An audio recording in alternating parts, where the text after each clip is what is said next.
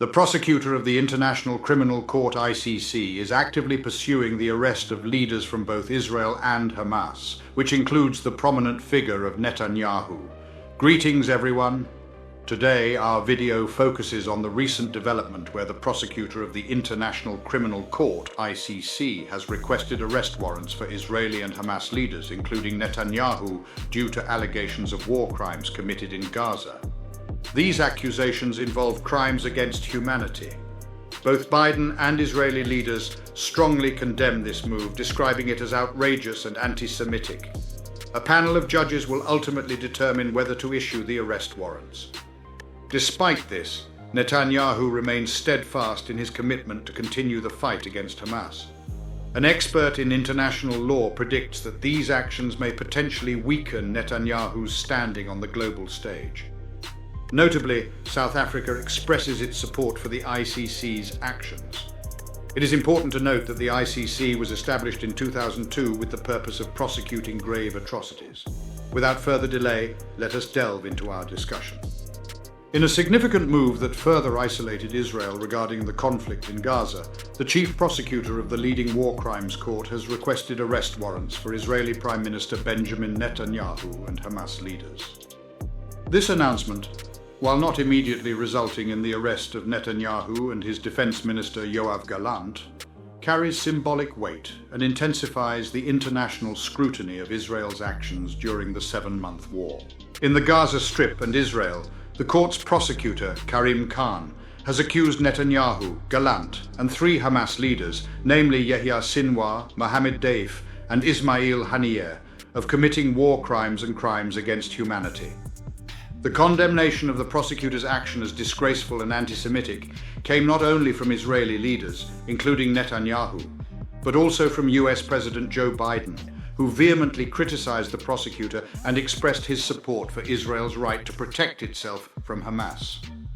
The decision on whether to issue arrest warrants and proceed with a case rests in the hands of a 3-judge panel.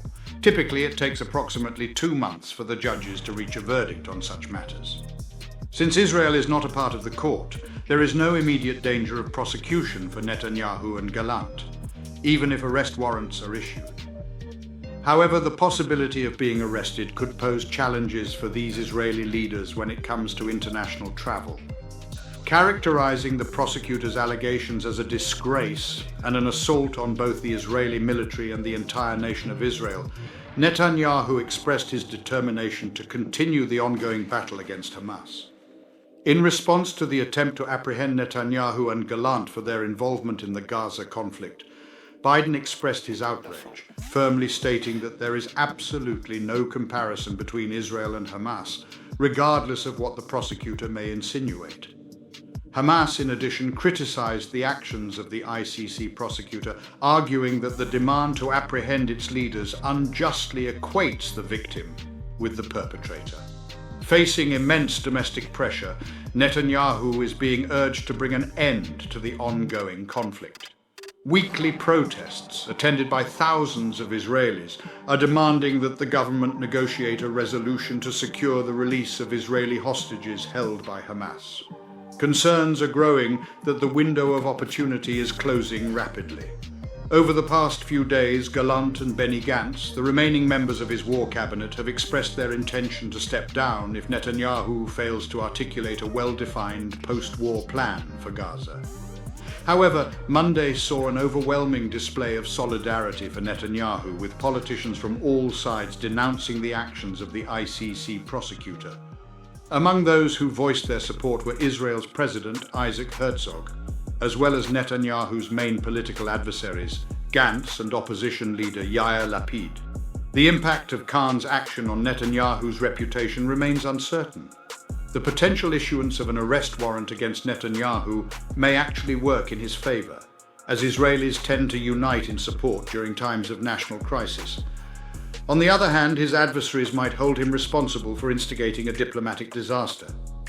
According to Yuval Shani, a renowned international law specialist from Hebrew University and the Israel Democracy Institute, a prominent think tank in Jerusalem, there is a high likelihood that Netanyahu's already fragile global reputation may face further deterioration. According to Shani, Netanyahu will face severe consequences as a result of this, being ostracized and experiencing significant limitations in his global mobility. Even if the ICC does not ultimately issue an arrest warrant, there is a heightened likelihood that other nations will be less inclined to offer their support and assistance. The Western world has designated Hamas as an international terrorist organization. While Sinwar and Daif are suspected to be in hiding within Gaza, Haniyeh, the supreme leader of this Islamic extremist group, operates from Qatar and frequently journeys throughout the surrounding areas. It is worth noting that neither Israel nor Qatar is a member of the ICC. On October 7th, the most recent conflict between Israel and Hamas erupted as militants from Gaza infiltrated Israel, resulting in the tragic loss of approximately 1,200 lives, predominantly innocent civilians, and the abduction of 250 individuals. In the aftermath, Israel has embarked on a merciless endeavor to dismantle Hamas in the Gaza Strip. The latest calculations from Gaza health officials indicate that over 35,000 Palestinians have lost their lives in the conflict, with women and children comprising at least half of the casualties. According to UN officials, the ongoing conflict in Gaza has resulted in a dire humanitarian crisis, with approximately 80% of the population being displaced and hundreds of thousands of individuals facing the imminent threat of starvation. Khan emphasized the acute and widely recognized impact of Israeli actions, specifically referring to the use of starvation as a method of warfare, along with other attacks and collective punishment targeting the civilian population of Gaza. Accusations have been consistently made by various aid organizations, including the United Nations, against Israel for impeding the transportation of aid during the conflict. Israel, on the other hand, refutes these claims, asserting that there are no limitations on the entry of aid into Gaza and accusing the UN of neglecting their responsibility to distribute aid.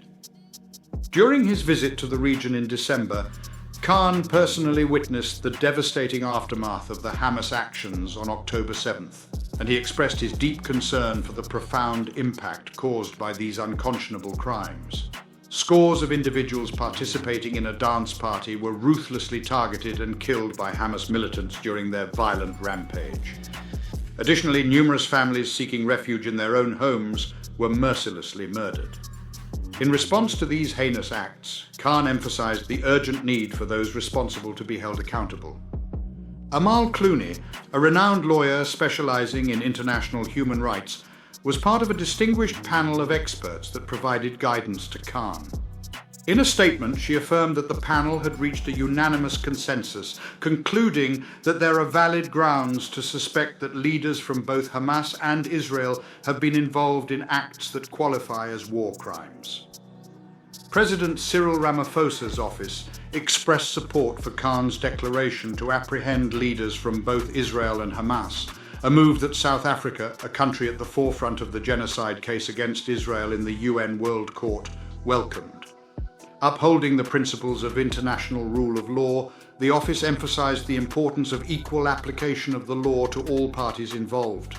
In 2002, the International Criminal Court, ICC, was founded to serve as a permanent institution responsible for bringing individuals accountable for the gravest crimes against humanity, war crimes, genocide, and the crime of aggression to justice. While the UN General Assembly has given its endorsement to the ICC, it is important to note that the court operates independently. The court's jurisdiction over war crimes, genocide, and other offences is not recognized by numerous countries, including Russia, China, the United States, and Israel. In 2015, the International Criminal Court, ICC, granted membership to the State of Palestine, following the Palestinians' acceptance of the court's jurisdiction the previous year. During the year 2020, the former President of the United States, Donald Trump, gave his approval for the implementation of economic and travel sanctions against the prosecutor of the International Criminal Court, ICC, as well as another high-ranking prosecutor. These measures were taken as the ICC staff were conducting investigations into potential war crimes committed by American and Allied forces in Afghanistan. However, in 2021, President Biden made the decision to rescind these sanctions. In response to a warrant issued by the court last year, Russian President Vladimir Putin was charged with the abduction of children from Ukraine. In retaliation, Russia issued arrest warrants for Khan and the judges of the ICC. To support our channel's growth and ensure broader awareness, kindly hit the like and subscribe buttons. This will help us reach more individuals and disseminate valuable information. Thank you in advance.